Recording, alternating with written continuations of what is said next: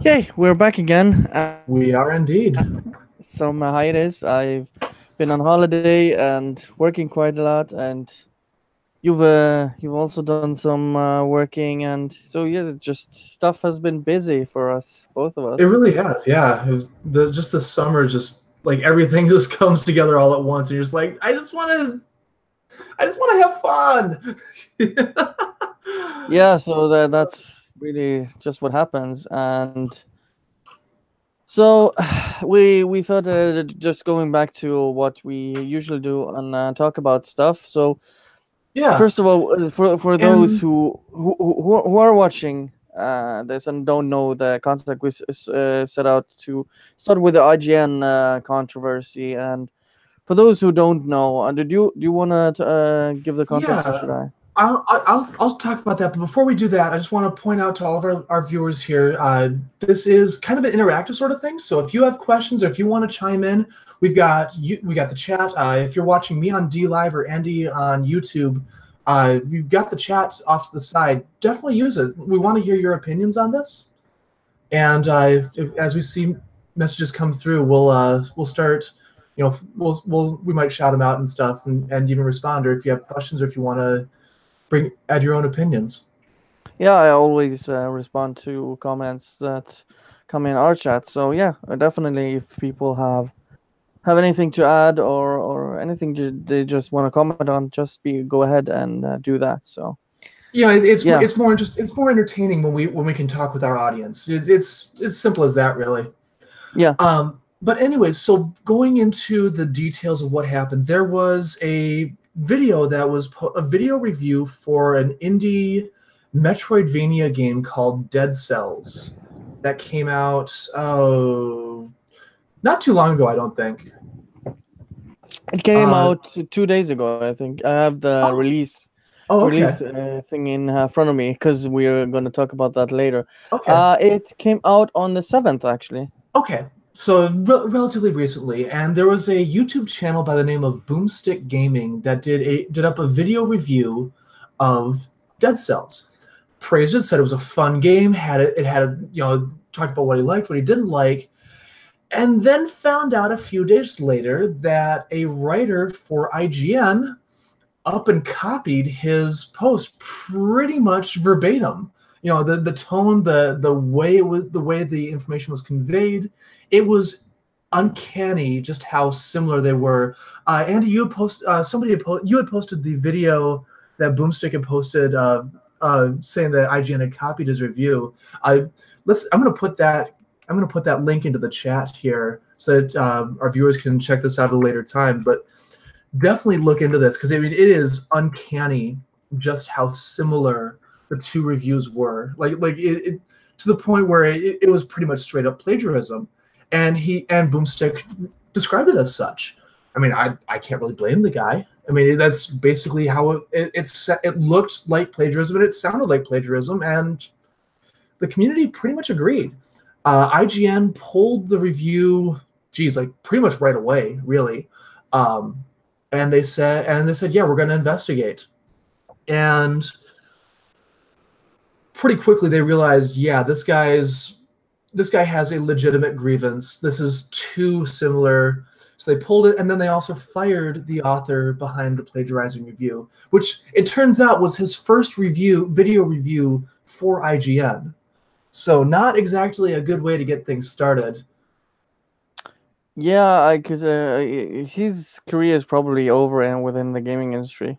Which is unfortunate. Like, you don't want to wish ill will on someone, but at the same time, like, if you went through a writing an English class in an American high school, they talk about plagiarism so much. Just like, don't copy other people's work. Just don't do it. Just don't do it. It's not a good idea. And then we see this, and it's like, I mean, he kind of brought it upon himself. As terrible as it is to say that. Yeah, but it was his choice to do it like he did, and That is true. I mean, anything he he thought it might be just using some of his template for the review. I mean, it's still blatantly copying and just taking a smaller channel and using basically his work to as your own on the biggest gaming website in the world. Yeah. Hang So on a second here, because it does not appear that my chat is showing up the way I want it to. Hang on a moment. You can see the mouse, but you can't see anything else. Here we go. Hang on. I'm going to switch scenes real quick. Yeah, nothing's playing nice tonight. What else is new? then that's what it's like going live. So Yeah, it's the whole Bill O'Reilly. Fuck it, we'll do it live. yeah. I'm just gonna pull those off then, and we'll just deal with that at a later time. Anywho, so the most recent development was within the past, I would say, 36 to 48 hours.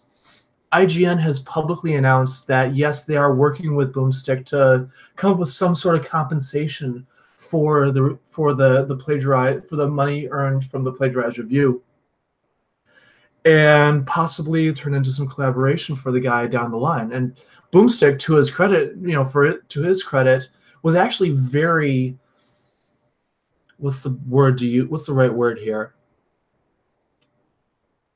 I'm not sure. Zen about the whole thing. Yeah. He wishes no ill will on IGN.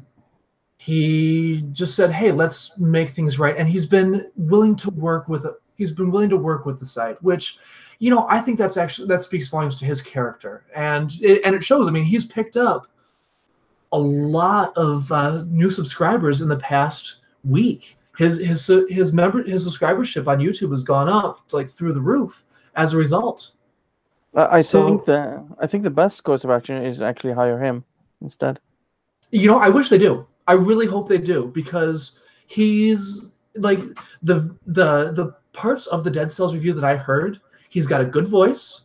He's his diction is good. It's a easy to understand but eloquently written review. I could totally see him, picking up a position at IGN and going with it. I hope he does. Yeah. Should we read the actual statement that IGN? You know what? Why not? So I have it in front of me. So here, IGN statement on Dead Cells review. We reviewed the allegation against one of our writers regarding review of Dead Cells. After taking the time to investigate, we would determine that there were substantial similarities between a review posted weeks earlier and our review that could not be justified and warranted taking down. Though we as a community often share feelings and even certain word choices to describe the games we love by using similar frames of understanding, this particular situation stepped over the line and is not a reflection of our editorial standards. We apologize to our readers, developer Motion Twin, and most especially to the YouTuber known under Boomstick Gaming for failing to uphold those standards. We take our reviews process seriously in most cases. Reviewers are expected to play a game's single player or story campaign to completion at least once, as well as spend additional time capturing gameplay to supply content to the video component of our reviews. Though our Dead Cells reviewer played the game and came away with glowing opinions of it, as did many of our other staff members, the review itself was simply not acceptable. We parted ways with the writer involved and the review, and we will be re-reviewing Dead Cells this week. We will work tirelessly to ensure that, regardless of whether you agree with our reviews, you can have faith that every word is nothing less than the genuine opinions of our critics. Nothing is more important to us than your trust. There's a lot of PR speak in there. Yeah. But at the same time, they know that you can tell there's some genuine, we made a mistake and we're making it right. Yeah. Which you don't see that a whole lot in PR sanitized statements nowadays, especially nowadays. Let's be honest. Yeah. Well, but what I find interesting is, if it wasn't for actually people that were in Gamergate trying to update their ethics policy, I don't think this would have happened. You don't think so? Hmm. I don't know. I don't know if it would have happened in this way. I know there would have been some sort of response, but I think I don't think it would have been in the same way. Unless Interesting. Gamergate.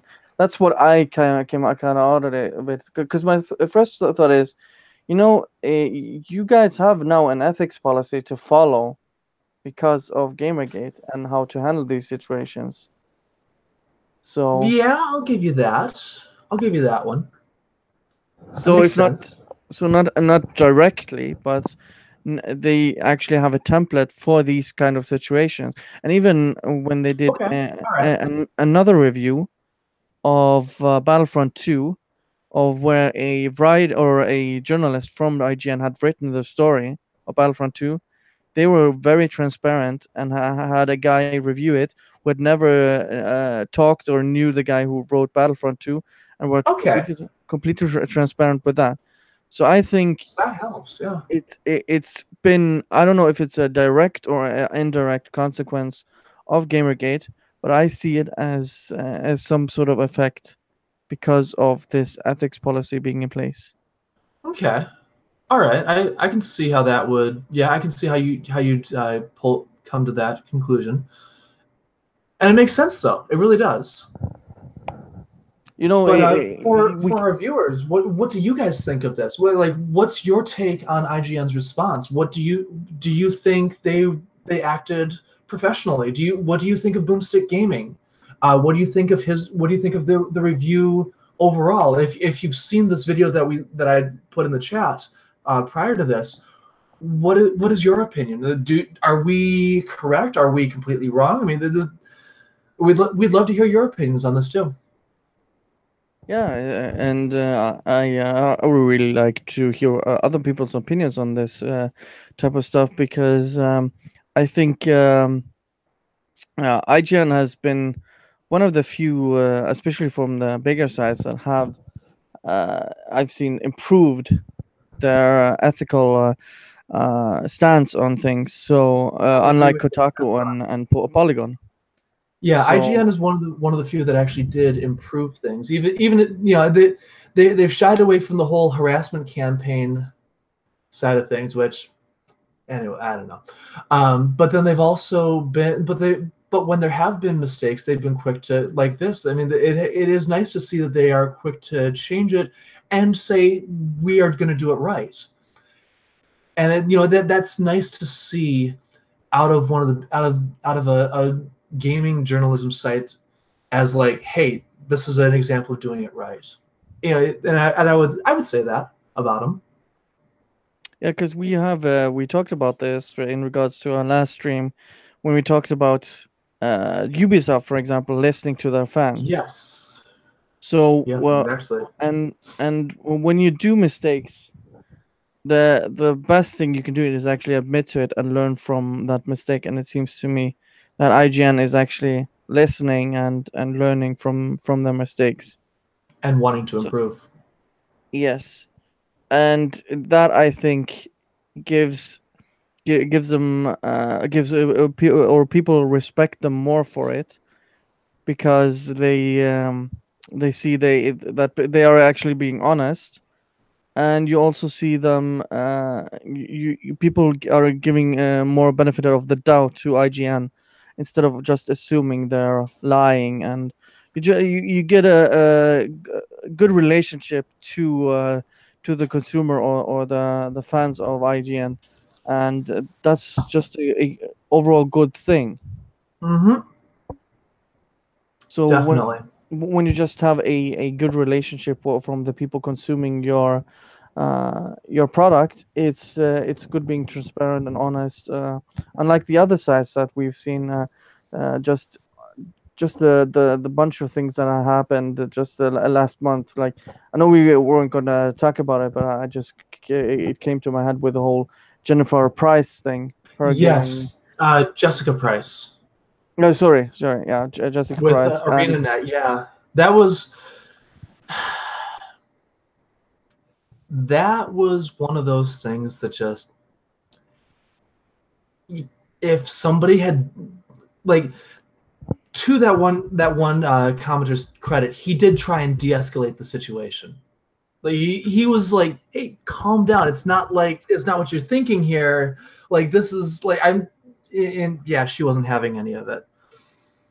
yeah, but what I no matter how you look at the whole situation, the what happened afterwards is what I look at. So how the entire situation, that she just went to Kotaku and Polygon and they just run with it. Yeah, they don't And ask. They didn't ask questions. They said, "Yeah, this is absolutely it." Well, yeah. yeah, this is basically your Well, soapbox. yeah, So no critical questions or anything, like, or even have both sides of the story. yeah. And she was just basically trashing everyone at ArenaNet. Which is funny because now everybody all the major AAA studios have probably taken note of what she's done, and they're probably going to see her as a liability going forward. Yeah, but I don't even know why she was, because I looked at her like background and her merits, and they weren't really that good. I think her biggest credit was Connectimals for Connect in from 2010 or something like that. It's writing something for that. Really? So Huh. yeah, yeah. So I don't know why she goes on this Twitter saying she knows how to write stuff when she doesn't really have much credit to her name, and a lot of weight. So like there's a difference if someone like let's say George Lucas or J.R.R. Tolkien, if he were still alive, someone speaking about writing, and just Fair. this random person just talking about she made basically two games and wrote for them and acted like she was on this high horse, and just accusing people of mansplaining. Yeah, And which like I've seen the tweet. It's not. I don't see a malicious bone in that guy's body. I really don't. Like he said I disagree because of this, but I want to hear your opinion. Like that is the ultimate opportunity to change someone's mind. Like this person wanted to learn. Like this person hasn't and was coming at it with an open mind, and you're sitting you're gonna chew them out and trash them to your thousands of followers. yeah, the funny thing is he started off with, "Let me disagree slightly." That was his and opening then line. and then posited it with a question saying, "Hey, what is your take on XYZ?" Yeah, Like he posited it with a question to say as to say that, "Hey, I want to learn your opinion on this." yeah, basically. And Whatever. just looking at that case and IGN's case with the review, you see night and day Yeah, how the media is actually treating this, and how IGN is handling this. I know they're not they're a little bit of I know or apple and oranges. They're not the completely same thing, but just in regards to listening to your audience, and this person and this Jessica Price, she just lashed out at her audience, and in the end resulted in her getting fired. And then you have right. IGN looking at it and trying to improve, even though in this case there was also someone fired, but it was for a different reason. For a very valid reason too. Yeah. Yeah, and yeah, it's just looking at just games industry. It's kind of sad that you have sites with where people actually come. A lot of people come to Polygon and Kotaku, and there is no critical take on people like her. And I would Yeah. respect those sites much more if they did things like that. But If they would at least ask something resembling challenging questions. Like yeah. I followed David Pacman on Steemit. He actually ditched YouTube entirely for his videos. He's now entirely on DLive for all of his news and podcasts and whatnot. But back in the early days of Gamergate, he interviewed Jennifer Medina.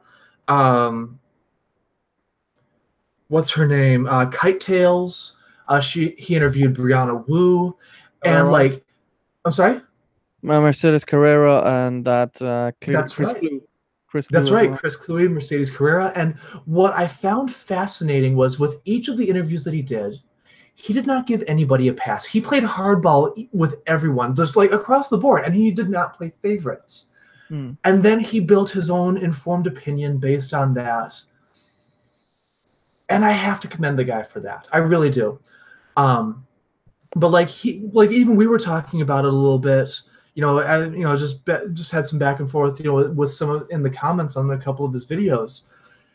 There's a definite, and I've told him as much that I appreciate how he does not play favorites when interviewing someone. He will be critical, but he's fair in his criticism. And I like that out of him. I really do. It's nice to see that every now and again. Yeah. I personally don't like his commentary on politics and stuff, but his interviews is something I appreciate. I'm with you on that. I don't agree with. There's very little of his political stance that I actually agree with, but the people that he brings in and the interviews that he does, he is a phenomenal interviewer, and even for people that he considers aligned with his politics, he's still he doesn't throw softballs at him, which I appreciate. Yeah, and that's you see that with journalists, and if they're good, if they can ask not only critical questions but also questions where the person getting interviewed has to think and like the person who is always getting interviewed, you're supposed to try to answer these questions in the best way possible, and you might look stupid or you might look well, but that depends really on the person getting interviewed. But it's also the responsibility of the person who is asking these questions to be critical and have an overall interview, not just be and not to be too critical where you're just bashing the person, but also let them talk reasonably. So You challenge their opinion, but not to test them. Yeah. You challenge it because you want to make sure that you're getting the right thing. And there's nothing inherently wrong with having your opinions challenged. No. Which seems to be a concept that too many people don't know is a thing. Yeah, unfortunately. I mean, it's terrible to say it, but yeah, it is okay to have your opinion challenged. It is okay to realize you're wrong. And it's through that you grow. Let's be honest. Yeah, I was about to say that your arguments and your beliefs and you as a person actually grow if you have to be challenged on your ideas and have to refine or to even change your mind on things. So yeah, I think we've pretty much covered this topic. So let's get more on the lighter let's stuff. Talk the lighter stuff. Yeah, we wanted to talk about games that we're looking forward to this fall. Yeah, I have the list in. I can probably screen share, so we can. Sure, do it. Let's see. It's gonna be this. No, that's not gonna be it. Here we go. I just need to set up a screen capture, smart selection. There we go. Got that. Can you see this? No, it's not letting me see that for some odd reason. I'm presenting. Damn it, Chrome. Chrome doesn't play nice on my end, I guess.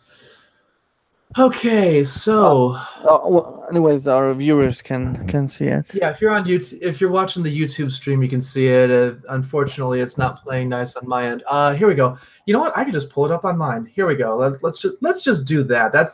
That makes way too I much can send you sense. the link. I've already got it right here. Okay.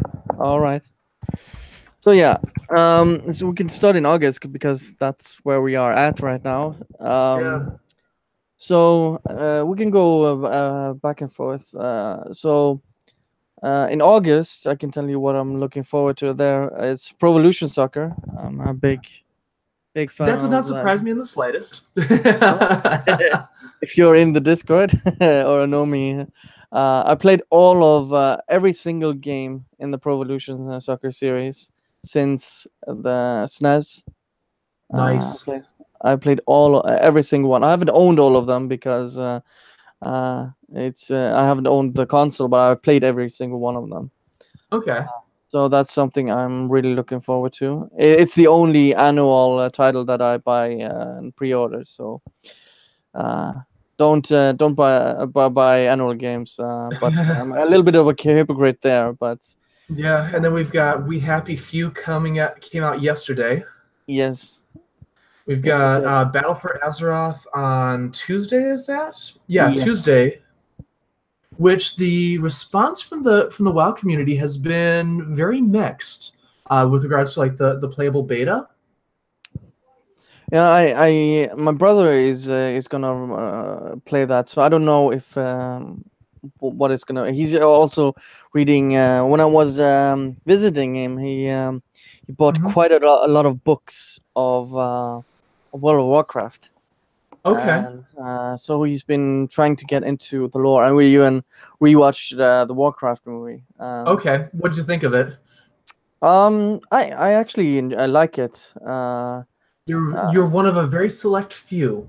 Yeah, no, I know it's not a movie for everyone though. I would say Yeah, that it's that is true. if you're into very particular fantasy and also into WoW, it's gonna you're gonna like it. But Yeah. I can understand a lot of people not liking it because Mhm. it's a little bit meta if you're unfamiliar with it. But yeah. That's true. We've got Monster Hunter Double Cross coming to the Nintendo Switch. Monster Hunter Generations Ultimate is what they're calling it here in the States. Mm. It's known as Double Cross in Japan.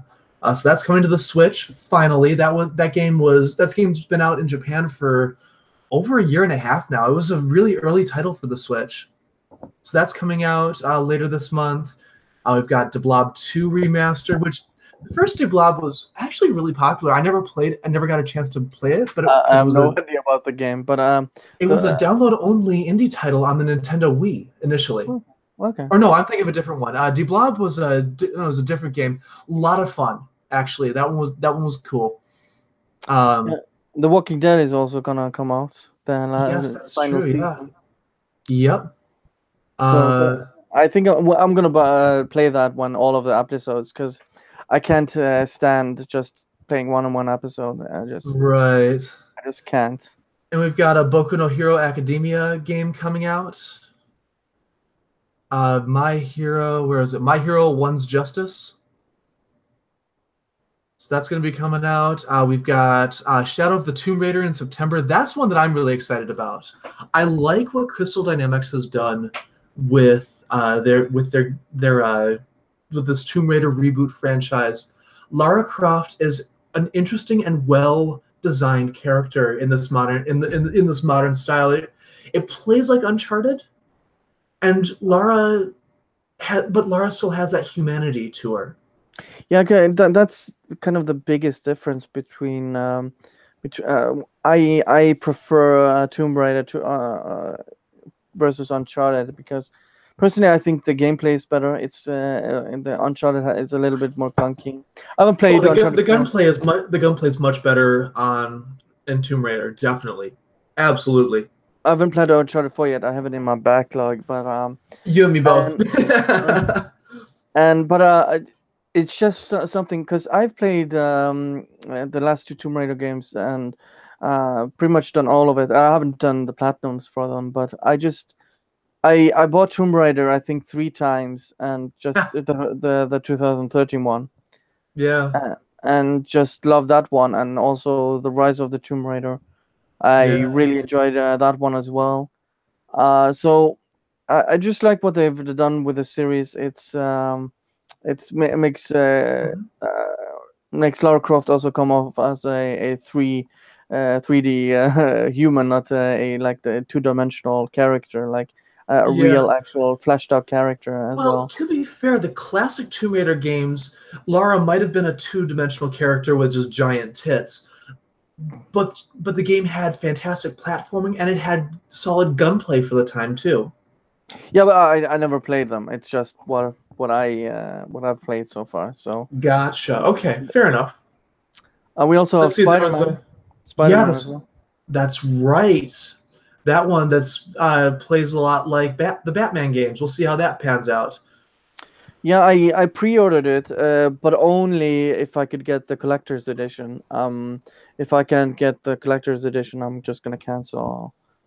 Fair. They said they were sold out, but if somehow I can get the collector's edition, I'm gonna do it. But otherwise, I'm just gonna get it perhaps later, just the I regular gotcha. version. So We got Dragon Ball Fighters coming to the Switch later this month or late September. yeah, we also Valkyria have the Chronicles Xenoblade. 4. I'm sorry? Xenoblade. Xenoblade is Yes. Xenoblade Chronicles 2. Torna, the Golden Country. I guess another one in the series. I've only heard the good things about Xenoblade, but I've never played the series. Unfortunately, I never had a I've only played Wii the U. first one, and I pre-ordered the first one from GameStop, basically as like a show of solidarity with the whole Operation Rainfall thing. Hmm. I'm glad I kept it. Yeah. It's basically doubled in value since I bought it. Yeah. Yeah. Good. It Good. is Good. the most expensive game on the Nintendo Wii. Jeez. Yeah. Yeah. I heard it's gotten tens and just one of the best games ever. It So is huge. Like for a Wii title, it looks actually really good. Even at 480p, it looks really really good. The environment is just ridiculously huge, and the combat is fun. It's fluid. It plays like an MMO ish. So you're like drawing aggro and stuff. You got a tank class. You got a DPS. You got healer. You got supports. Sort of deal. And overall, it's a fantastic title overall, just the way it plays. But oh my god, so many side quests. yeah, I There's can so many imagine. side quests in that game. It's like, oh my god. Isn't it a little bit like Skyrim or Witcher 3 in that sense? More. Oh Jesus. Yeah, like you can spend 15 hours in the first area just completing all the side quests. Yeah. Kind of reminds me of Dragon Age 3, where it's kind of that Yeah, around the first area. You can spend like 20 hours just in the first yeah. opening. So let's see. Let's Let's move into October here. yeah, we We just got skip all the annual ones, FIFA and all of these. Yep. Forza Horizon 4. I'm interested to see how this one pans out, especially considering that Microsoft is making it available on Xbox Game Pass day one. Like, that's a hell of a gambit for them. I'm going to be interested to see how that affects their overall sales. Yeah. But really, it does feel like a Hail Mary.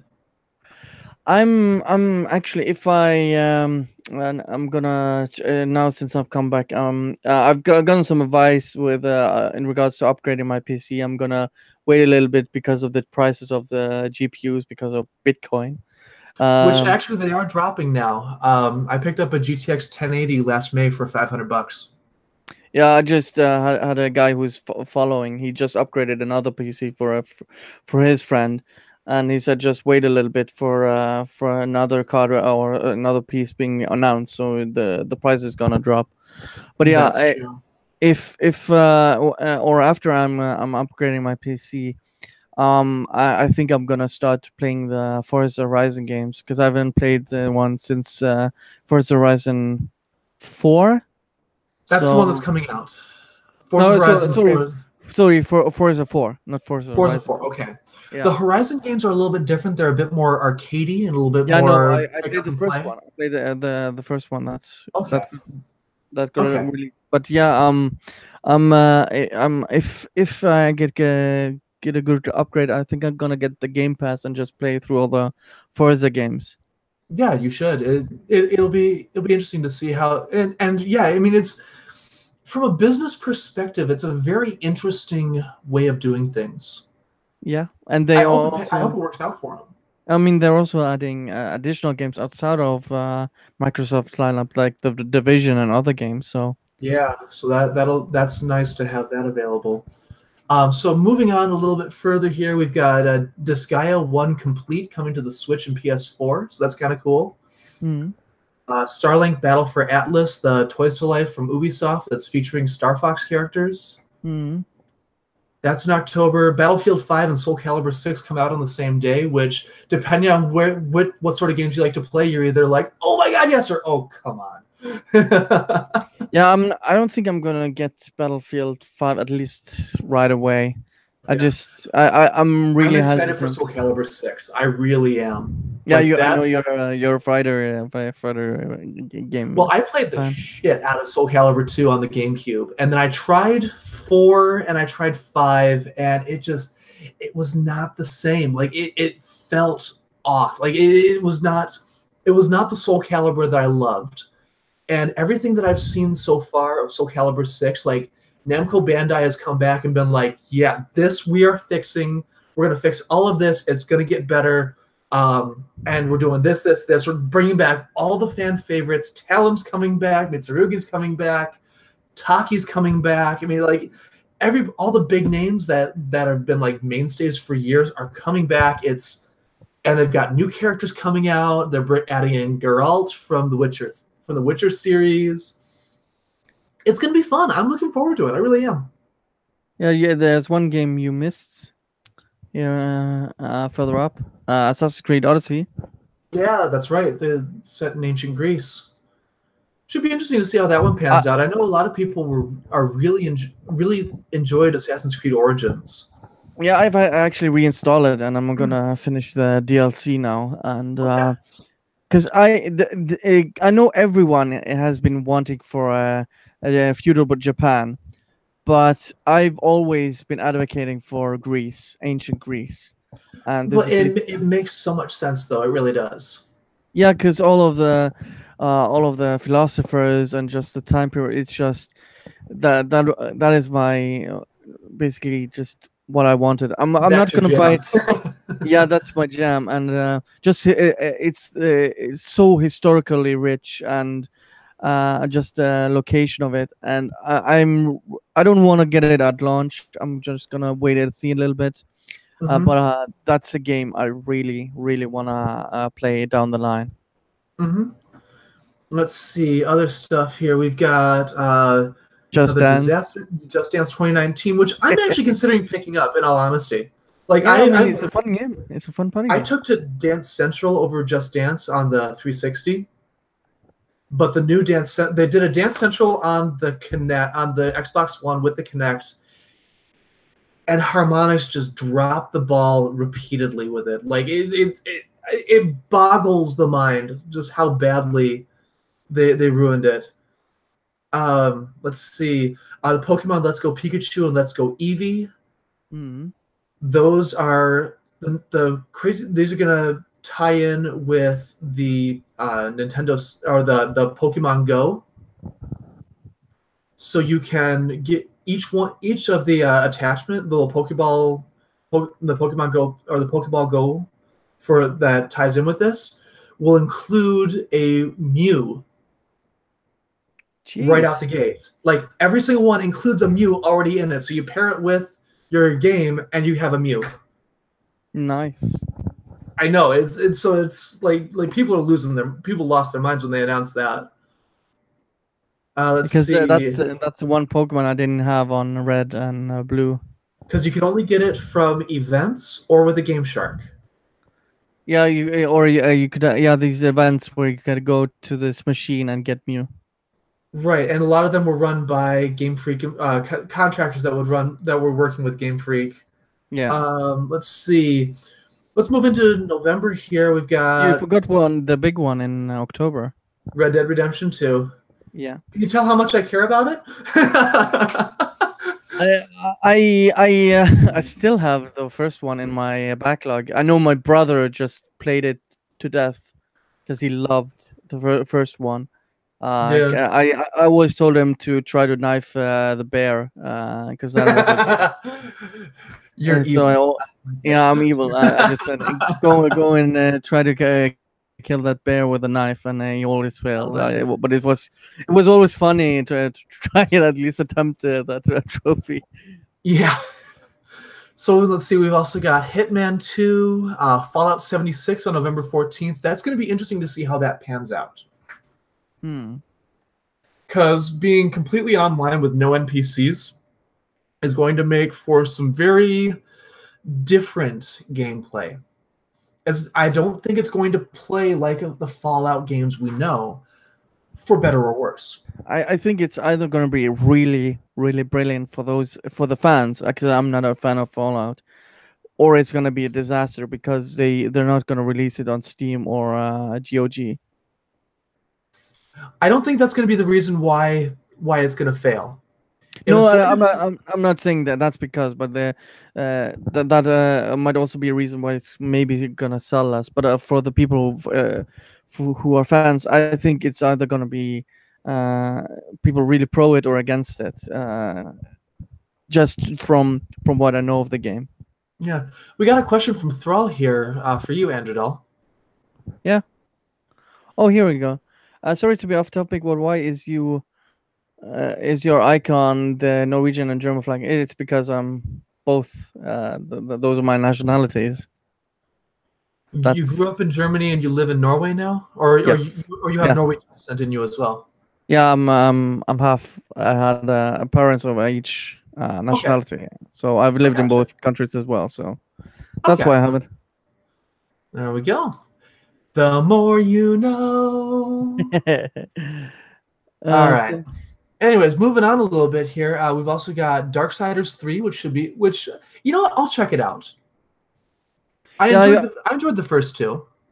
I just bought 1 and 2.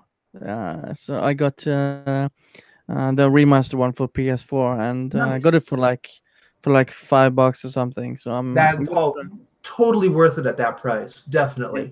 And the second one I also got really cheap. So nice. Let's see, we've got Persona Q2, Just Cause, rounding out November, and then in December we got Just Cause 4. There's a bunch of Persona dancing games, P3, P4, and P5. What's interesting, though, is they're re-releasing Persona 4 Dancing All Night on the PS4. Because originally that was a Vita-only title. Yeah, that's correct. So that's interesting that they're bringing that, and we got Smash Ultimate on December 7th. That's gonna be the one that's probably gonna be the biggest release out of that month. Yeah. I know people are really, especially with that Smash Nintendo Direct just yesterday, 2 days ago, something like that. Yeah, I knew there was a Direct not that long ago. So yeah. So we've got plenty out of that. There's let's see, I'm looking at the unscheduled releases. There's another Ace Combat, another Earth Defense Force, Dark Souls Remastered, another Fortnite release apparently. I don't know. I don't get it. Probably a DLC. Something or other. Another Mario Kart, MechWarrior 5 Mercenaries. Yeah. Pillars of Eternity 2, Quake Champions, I guess because it's early access or something, I guess. Siberia 3. There's a new Bard's Tale? Nice! So that's there's no specific release date, but apparently they're working on that. They're working on another ToeJam and Earl game. Warhammer Vermintide 2 for PS4. Yakuza 4. What is Wargroove? Turn-based tactics game by Chucklefish, whoever they are. The Okay. game that stands out here is Mark of the Ninja Remastered. Something Yeah. I really want to finish. I had it on Xbox 360, but I have it somewhere here, the Xbox 360. But for trying to finish that game because it had really good mechanics. I really They're liked that game. they're doing a re-release of Fear Effect. I'm unfamiliar with that one, unfortunately. That was a satirical spy thriller action title on the PS1 and Dreamcast.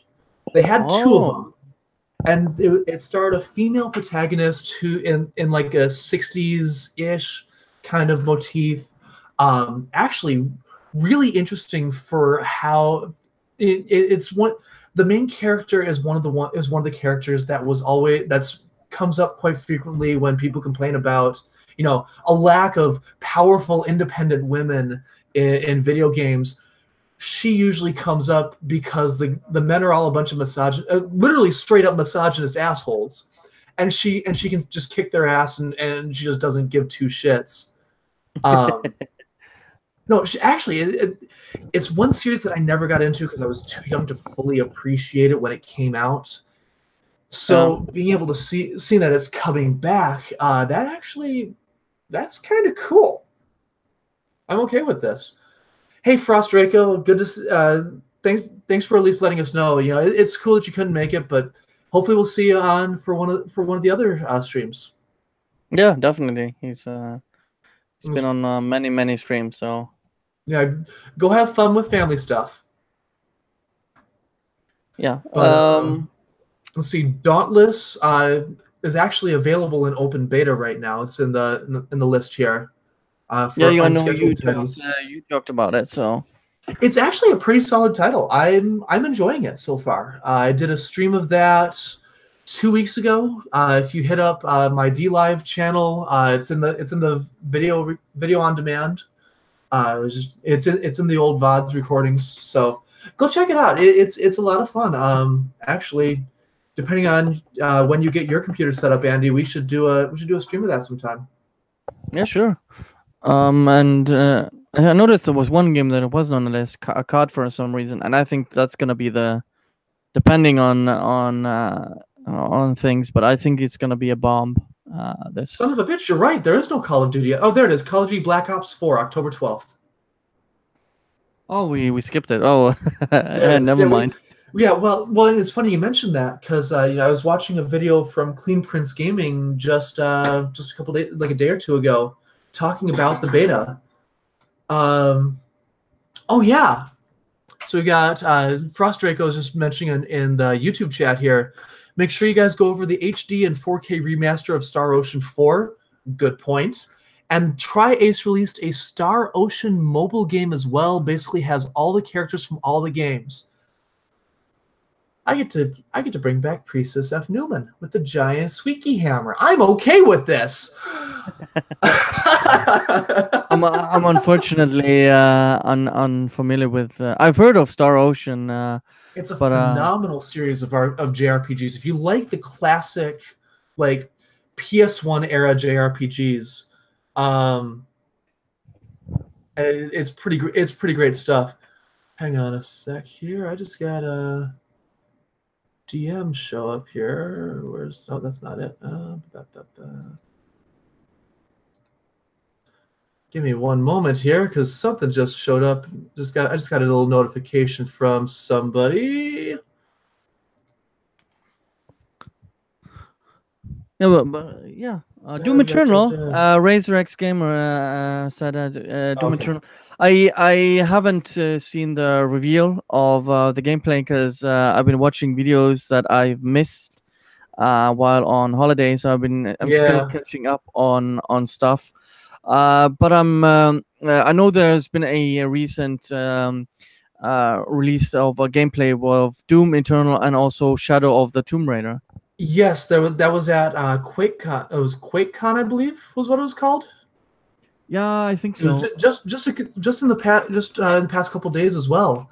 Yeah, that broadcast was pretty slick. I had to miss it because I was at work, but I caught all of the reaction on Twitter was it was told me all I needed to know, and it looks like it's gonna be a lot of fun. Yeah, I still have the first Doom, which I'm gonna install as soon as I'm done with some other games. But I Yeah, think that 2016 re-release was a phenomenal game. They did a very, very good job with it. It felt like classic Doom. yeah, and I've seen behind the scenes stuff. I think he's called No Clip on Yes. YouTube. He does this documentaries, and I think Yep. they're very very good. Even though he's a complete twat on Twitter and other places. You know, Uh, you can love the sin or hate the sin. yeah, but I look at it, but I can differentiate the artist and what is actually done. Yeah. Like is someone creating something and the what they've created and what the actual person. I can differentiate between them. So Mhm. uh, I can appreciate someone doing good work, and learned actually so much because of that documentary. That's why I actually bought it, because of just how much effort and love they put into that game, and I'm interested in playing that game. So yeah, I believe they're gonna do the same with Doom Eternal. I think they're gonna just improve with that game. You know, to Bethesda's credit, when they absorbed id Software, like I actually saw I saw some of the clips of what they were planning on doing for Doom 4, and I'm really glad they scrapped it. Like, and I'm really glad they had the wisdom to scrap it and then do something else instead. I mean that it what they had created was not have been a very good setup. I've just noticed with Bethesda, they've completely shifted, at least from my perspective, when they started to do the E3 streams. And I just Yeah. noticed a complete shift in, even though I still want Prey 2, that got cancelled. God, I'm so angry at them canceling that game, because I Because they just, wanted to do their own Prey instead, which sucks because the original Prey, for as much as people ridiculed it, was actually halfway decent. yeah, and just the second one with the bounty hunter. God, Yeah, I'm still. it was an interest. They had created an interesting universe, or at least the 2K had made an interesting universe, and they could have kept with it. They could have done some amazing things with it, but I guess Yeah, we can't and have nice things. yeah, and I saw I think pre-alpha gameplay of it, and it looked so awesome. And yeah, it's just a shame that one got cancelled. But overall, from Bethesda, I think they've done a shift, as I said, with the E3 when they started to do E3 stuff, and just with what they've been releasing, and just the quality, I think, has been better. In regards, like releasing Doom, and Rage 2 is gonna come, and it just looks like they're just doing things differently than before, and they're Yeah, I will agree catching with my you on eye. that. I will They're agree they're with you on catching, that one. like before, like the Django Unchained quote. Like they used to have my curiosity, but now they have my attention. Yeah, pretty much. Yeah. Because I just used to look at them as just like a game developer that sometimes released cool games, but they were mostly buggy and kind of niche. Well, Uh, it was never really much for the polish. Like they were originators. yeah, Even back in the '90s, like they were some of the first to do put 8-bit sprites on a 3D polygon and create a 3D space. And it was, let's be honest, going back to the older Doom, like it's fun as hell, but it is so clanky compared to modern systems. It yeah, really is. And then you've got um, Wolfenstein. Like They did, or then you fast forward to like Doom 3, for example, going into that 3D space, dark, gritty, high resolution, high res textures on a low res model worked out, but at the same time, like there was all these issues with the game. The lighting, like the duct tape mod that people made, eventually became an actual supported thing. Just like and the like they were never really much for story either. Like story was an afterthought for the most part. Like let's make it fun. Let's get something that people want to play, and then we'll worry about the story later. That's basically been their MO for years. Quake 4 is same deal. Work on the gameplay, and the story is just a complete afterthought. You don't even care about the story. If you played Quake 4, you played it for the multiplayer, which even then they misstepped on that one. I mean, terrible as this to say, it's true. It really is. Yeah, I just think I just noticed they've been shifting things, and they've just caught my attention more and more, especially with this A3. I think Rage 2 got well. It's really interesting how they approach Rage 2 because they spent so much money on the first one and it basically bombed. It really did, which is interesting because it's not a terrible game. Like it's got some serious game-breaking bugs, but overall it's not bad. It's just not good. You know? It's a 7 out of 10. Let's say it like that.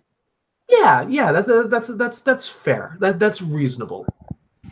And just the shift where they've done with Rage 2, it's just okay. We see what didn't work. Let's not take this too serious and let's try something different.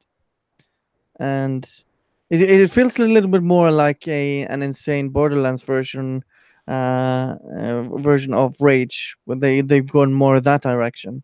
Yeah, which I mean, and to be fair, Ubisoft did the same thing with Watch Dogs and Watch Dogs 2. Go from serious to more silly. The Conduit on the Wii, the first one was super serious. The second one, not at all. I mean, it can work. But when they were announcing that at E3, like the audience, like anytime the camera went to the audience during that concert, they're like, why are we here? I just want Fallout. I just want Elder Scrolls. I don't care about this. I'm clapping along because I have to. Somebody help me. Yeah, that's always awkward having music stuff on. Like Ubisoft is very infamous to do that. But they've. I'm going to interrupt you here though, because with Ubisoft's conference at E3, like they had music playing and dancers going for the Just Dance thing. And it was fun. Like it was upbeat. It didn't feel like there's a certain amount of kitsch to the characters in Just Dance and a little bit of that flamboyancy. And like you go into it knowing that that's coming, and people were like, "Okay, it's fun. I'm gonna enjoy it." Like they played along with it, and they were like, "Okay, I'll give you a pass." With Rage 2, there was none of that. Yeah. I mean, go back and watch the recordings of the broadcast. Like it's mind-boggling how they tried so hard and they couldn't do it. Yeah, I think they, at least from previous, I think they did it very well this year. Ubisoft, for example, if you look at what Bethesda did and Ubisoft, I think they had a lot of fun with it and knew what they had with Just Dance, and didn't get cringy. I can say right. And with Rage 2, there was a bit more that cringe factor was a bit more pronounced.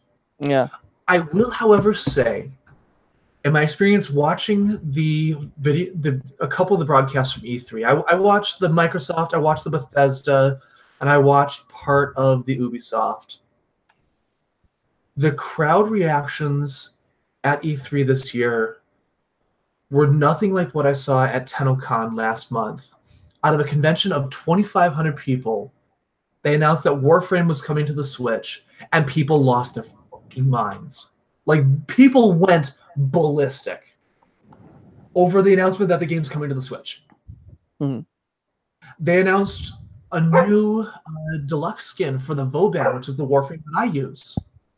People started cheering. Like, yeah, that's awesome.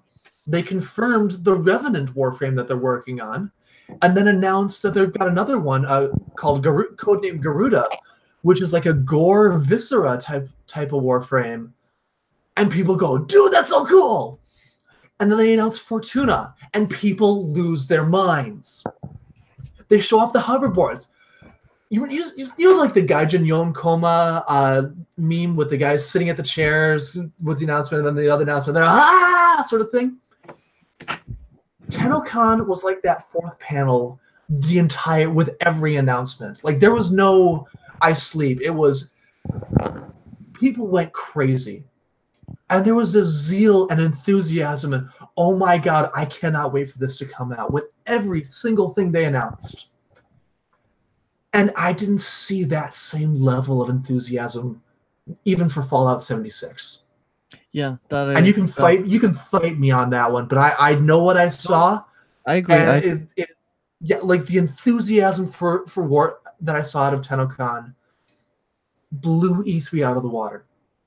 Yeah, but it felt like an in-between E3 where there were more announcements than actual games coming out this year, for example. That's true. Yeah, I will agree with you on that one. So like games like Starfield from Bethesda and Elder Scrolls is like they're like 3, 4, maybe 5 years away. I don't know. They're so far away. Why even announce them? There are at least two. All we saw was the title, and that's it. Yeah, exactly. And we saw a short snippet of Starfield or whatever it's called. We didn't even see gameplay for Starfield. It was just a picture of a planet and then the logo. Like, we didn't even see the actual. We didn't see any. We know nothing about the game. We know fuck all about Starfield. Yeah.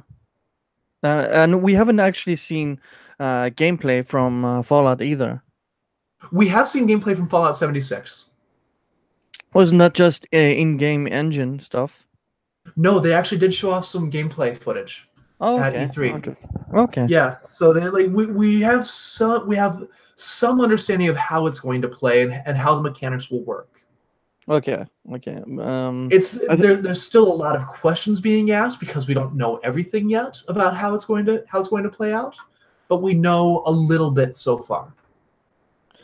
Yeah, it's just it looks just from my perspective, Fallout. There's just so little gameplay or footage of Fallout 76. I don't have any. I can't imagine how the game is even gonna play or look like. So that's just my view. Yeah, it's gonna be interesting to see how it pans out. But yeah, like I really think we've got a lot of companies that are sorely overlooked in the gaming industry.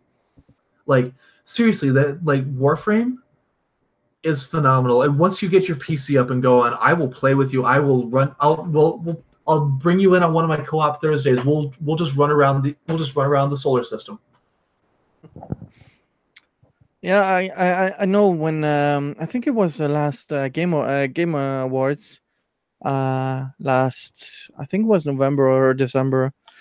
I think it was December, early December, where they announced the big DLC for that game, and people really enjoyed that one. That announcement. Plains of Eidolon came out in October of last year for PC, and then beginning of November for consoles. Yeah, and they basically made an update to the community on the Game Awards show, and I think people really liked that. And yeah, well, what was interesting about the Plains of Eidolon is the missions in Warframe prior to that point were procedurally generated, static. You go in, you complete this objective, you get out, and the Plains of Eidolon added an open world concept to it.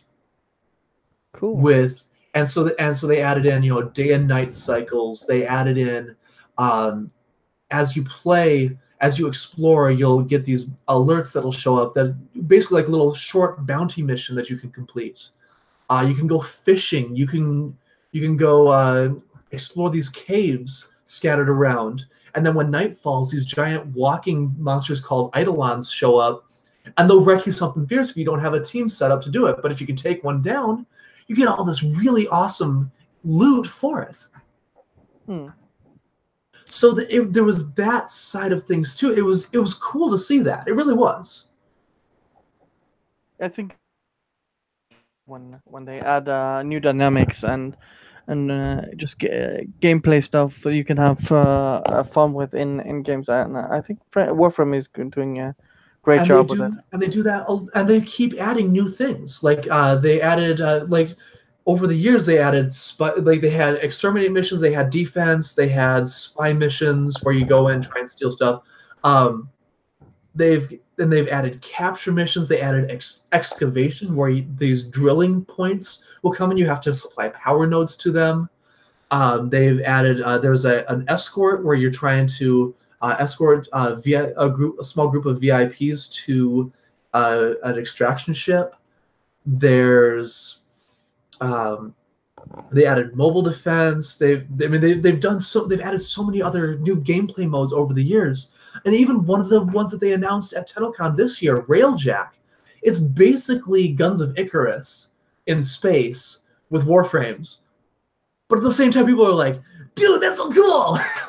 Like, we were watching this, and everybody was loving every moment of it. It was great. Yeah, that's why for example, when you have games where you give, I think Assassin's Creed Origins have done a good thing where they have weekly events. Even though it's basically a single player game, you have weekly events, and I think that sort of stuff keeps games alive. What are the events like in Assassin's Creed Origins? You basically have these gods you fight. Okay. And you have these big boss fights. I tried one and just kept dying. Like, yeah, fuck this. Little ridiculous, huh? Yeah, but they were so like different from what the other gameplay is like. It's like it's very very fun when you add like a completely different thing to the game. Like say the Far Cry 5 the DLC where you are on Mars suddenly. Like, do stuff like that. Have fun with it. I would really, really love to have a Far Cry Blood Dragon DLC because I love. Going back to Far Cry 5, they've done weekly events in that as well. One of the early ones that they had you do was to light cows on fire without using the flamethrower. So you had to get clever and use Molotovs and flaming arrows and incendiary bullets instead.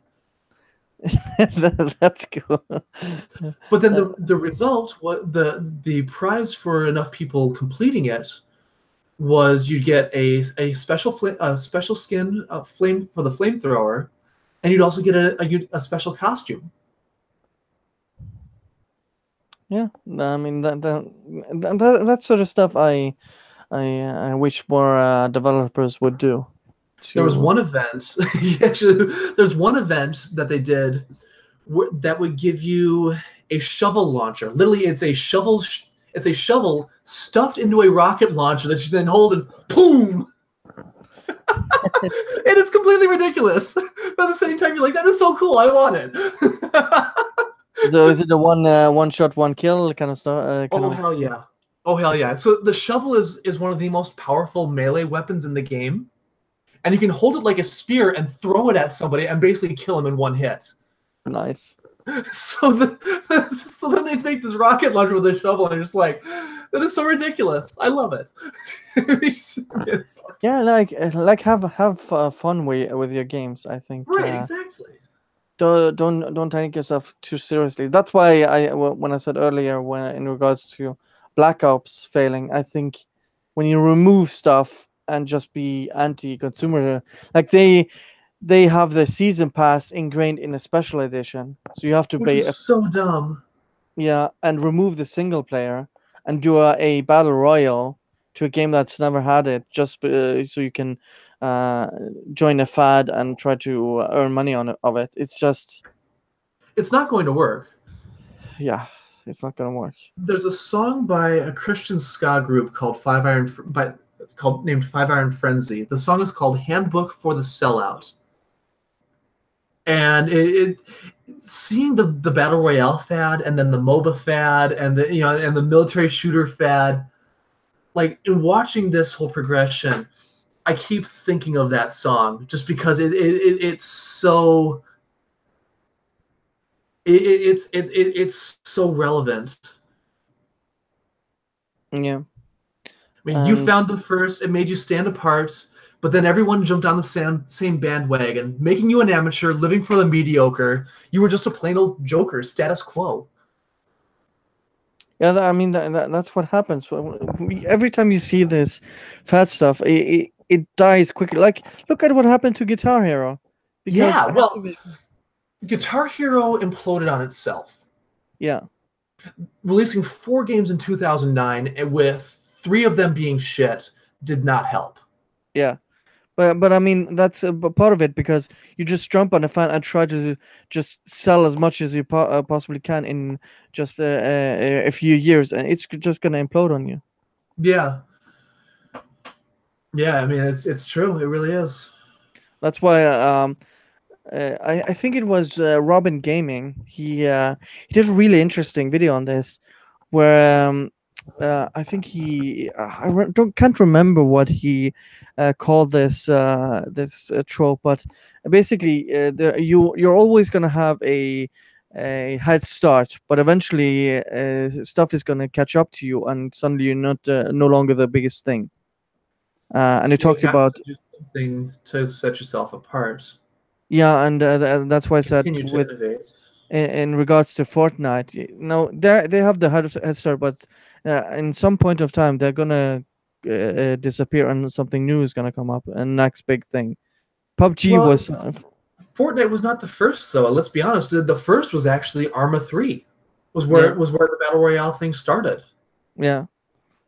And then it Uh, was PUBG, no, you and had then Fortnite. DayZ. You had Oh DayZ. yeah, it was Arma 3, then DayZ, then PUBG, then Fortnite. And Fortnite was the one that really took off. Yeah, Kind of a similar thing with Dota and into League of Legends, and then Smite and Paragon and DC Infinite Crisis, Vainglory. I mean, like, there's so many MOBAs out there now. Like yeah, the market got saturated, and now it's now like nobody cares. yeah. Kind of That's similar why. to all the hero shooters too. Yeah, yeah. I mean, and then that's why games like Black Ops and Battlefield. Why would you do this exact same thing, maybe even worse, and implement a mode into your game instead of just doing things better in your game and improving upon what you're already good at? Yeah, yeah, that's a very good point. That's a very good point. Because people don't like. I would like to know if there's any evidence of fact, but I would almost claim that almost nobody is gonna buy Battlefield 5 for the battle royale mode. Oh There are no. probably gonna maybe some, but the vast majority is gonna. If anything, they will buy it for the multiplayer, Yes, and exactly. then they might try out the battle royale mode at some point. Yeah, but it's gonna be for the multiplayer, massive teams against each other. There are grand operations with which they've implemented, which is the strongest mode they have, and that's what people are gonna play, not this battle royale crap. Same with Black Ops. People want to just have this Twitch shooter in these small maps and shoot people, not Yeah, have this one shot, one kill battle royale mode.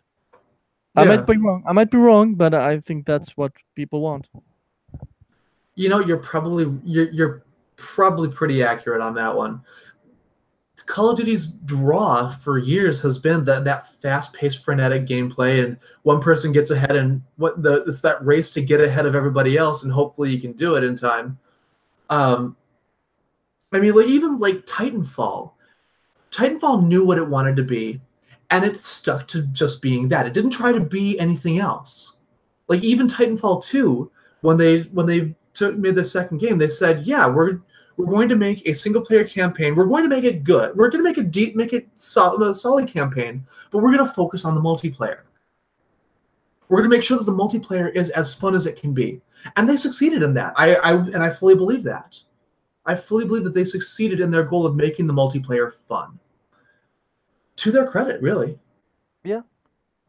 Just try to stick out, and do something new. Do we want to close off? I think we pretty much covered Yeah, everything. we really have, yeah.